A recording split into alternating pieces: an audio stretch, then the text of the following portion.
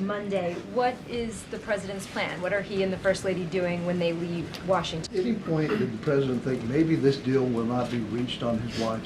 This is the second negotiated pause in fighting between Israel and Hamas. You and the president have stressed that this is the framework that he put forward last spring, but the president also made clear it was important to him to work with the incoming administration, that they be speaking in as one team, as he put it. Even the Qatari prime minister in his remarks personally thanked Steve Witkoff, the incoming administration's Middle East envoy. So do Donald Trump and his team deserve any credit for this? Everyone is going to want some credit. Get that?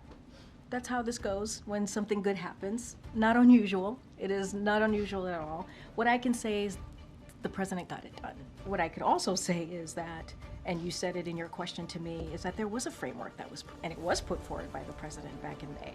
You see a president that has done everything that he can. This is someone who has foreign policy experience, decades of foreign policy experience. He understands what it means to bring people together. He understands what it means to get a deal done. He also said in his remarks how difficult it was to negotiate.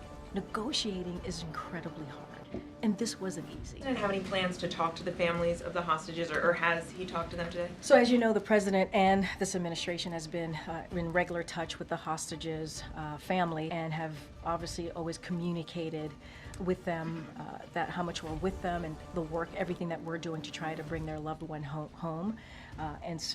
And we have stayed in constant communication with them. And so this is a big deal. This is a big deal. And just on a slightly more personal note, on this, your 306th briefing, what advice do you have for your successor? So I was asked this question, I think, when my successor was announced, and it's pretty much the same, which is, you know, obviously I wish her the best of luck. This is a great job, an amazing opportunity to be standing at this podium behind this lectern, to go back and forth with all of you and speak on behalf of this president, the president of the United States. There's nothing like it, and I hope she enjoys the job. I hope she continues to do this, what we've been doing for the past almost 4 years, and I truly wish her well. The president made to include Steve Witkoff.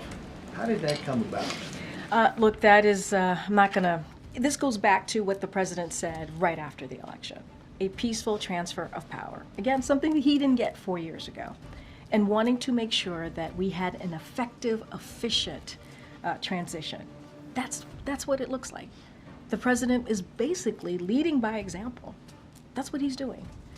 This is a president who understands norms, who understands institutions, and understands how important that is. And he wanted to respect the outcome of the election, the will of the people. And that is what you've seen this president do. At any point did the president think maybe this deal will not be reached on his watch? The president was hopeful. He was optimistic. This is, as you know, I think you know this, Steve, this is a president that tends to be optimistic and hopeful, but not just that, does the work, leans in, has the experience to get things done, which is what we saw from this president today. I think this is a great example of that.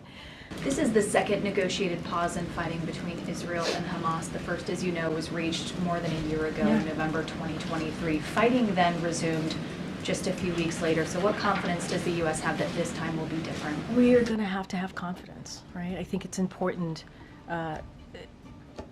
Stepping back, negotiations are hard, they're difficult. This was a difficult one. This took multiple sides to come together. The president, as you know, spoke to Qatar, the leader of Qatar, Egypt, and even Prime Minister Bibi Netanyahu recently. And this is what diplomacy looks like, having those continued conversations, making sure that voices are heard, and having those tough back and forth. And so we have to be, I think it is important to also be confident in that we can continue to get this done. Yeah, President-elect Trump, in a social media statement today, said the ceasefire deal could only have happened as a result of his election victory. What's your response to that assessment? Do you agree with that, disagree? Look, and I think the president was asked some version of that question. I think that was the first question that he got after he spoke. And I said this, everyone's going to want to take credit. That's how these things work. But the fact of the matter is, in order for this deal to have been done, there needed to be a framework. And secondly, President Biden's going to be spending his last or final full day of his presidency in Charleston, South Carolina. Can you discuss what he's going to be doing there? We'll have more to share on that, and I don't want to dive into that right now, but we'll certainly have more to share on what that will look like his last couple of days. Get Karen. Just two quick ones. Does the president intend to leave a letter for President-elect Trump before he leaves office, as Trump did for him? Well, I guess we'll see. We'll see. We'll see. I don't have anything. That's going to be up to the president. I don't have anything on that. But it's a good question. I'm curious too. And after Monday, what is the president's plan? What are he and the first lady doing when they leave Washington on And Monday? we'll have more to share on that as well.